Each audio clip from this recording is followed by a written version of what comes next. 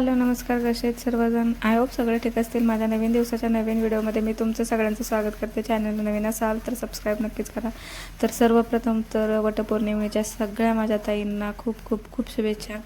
तर घरी आमचा सगळ्यांचा कालवा चालला होता. म्हणजे मी तर काय पाहिलं नव्हतं, मोबाईलमध्ये पण नाही आणि कॅलेंडरमध्ये पण नाही की वडाला किती वाजेपर्यंत जाऊन यायचं आहे म्हणून.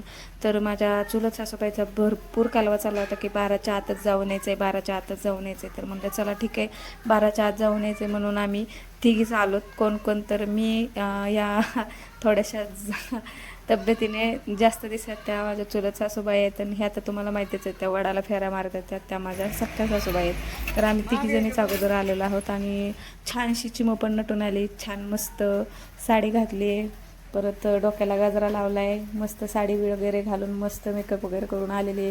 तर कशासाठी आली? फक्त तिथले आंबे घेऊन खाण्यासाठी. तर लहान मुलांचं तुम्हाला तर माहितीच असतं आपल्यासोबत कशासाठी येतात. तर आंबे कुठं खोबरं काय असेल ते खाण्यासाठी. तर घरी कोणच नव्हतं, आणि नाहीतर दरवर्षी माझा आयुष पण असतो, पण यावर्षी आयुष नाही, फक्त हे बघा चिमूचे.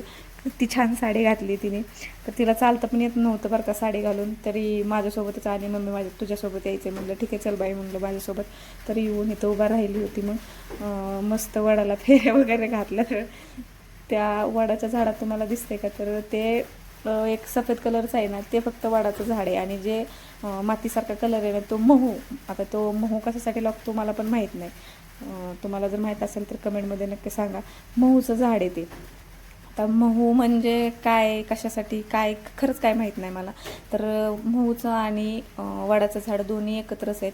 तर बघा गावात चाललेल्या गाड्या घरी येत आहेत परत रिटर्न. तर एवढ्या लवकर आम्ही आलो होतो. पूनम आणि रुपाली दोघी पण आल्या नव्हत्या, दोघी घरीच होत्या. तर म्हटलं तोपर्यंत आम्ही पूजा वगैरे उरकून बसतो म्हणलं त्या येऊस तोपर्यंत. आणि बघा या पारुंब्या खूप वाढलेल्या होत्या इथल्या झाडाच्या, त्याच्यामुळं तिथून जाताना वाकूनच यावं लागायचं. तर मी एवढ्या काय फास्ट फेऱ्या मारलेल्या नाहीत, ते मी स्पीड वाढवलेला आहे. नाहीतर म्हणताना एवढ्या फास्ट कसं काय हिने फेऱ्या मारल्या, त्याचा व्हिडिओचा स्पीड वाढवला आहे मी. आणि पूजा वगैरे करून आम्ही साईडला बसलेलोच होतो. तर काही जण बोलत होते चला घरी, पण शेजार पाजारच्या बायका आल्या नव्हत्या म्हणून थोडंसं थांबलो होतो. आल्या होत्या पण एवढ्या आल्या नव्हत्या. तर नंतर हळदी कुंकू वगैरे एकामेकीला लावले. तर तेवढ्यात पूनम आली. पूनम ह्या काकू ह्या पण माझ्या चुलत सासूबाईच आहेत. आणि रुपाली, हे बघा इकडं रुपाली आहे. तर ह्यांना यायला जरा लेट झाला आहे. तर ह्या दोघी माझ्या जाव आहेत आणि या सासूबाई आहेत. तर माझ्याकडे बघतात मी मोबाईलमध्ये व्हिडिओ काढते म्हणून. तर त्यांना वाटतं होतं फोटो काढते, तर मला बोलतात की नंतर काढ, थांब जरा, म्हणजे पूजा वगैरे केल्याच्या पुढून नंतर आपला सगळ्यांचा मिळून एक फोटो काढ. तर यांना यायला थोडासा उशीर झाला होता म्हणून आम्ही थांबलो तिथं.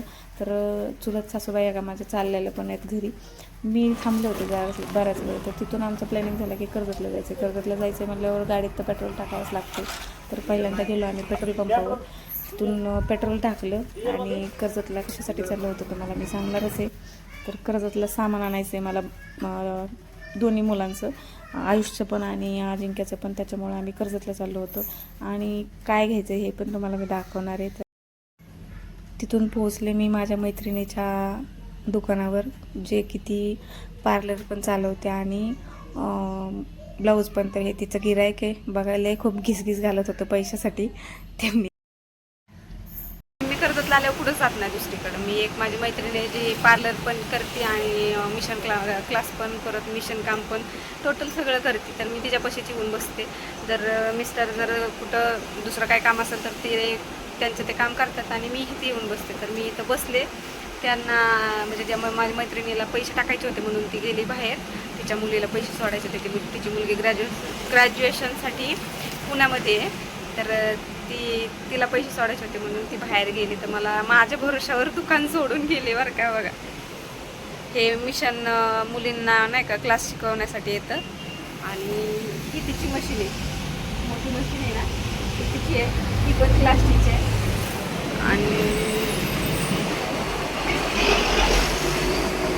समोरच रोड आहे, समोरच एकदम खेटून, दुकानाला खेटूनच रोड आहे. आता बस गेलेली बघितली असेल तुम्ही.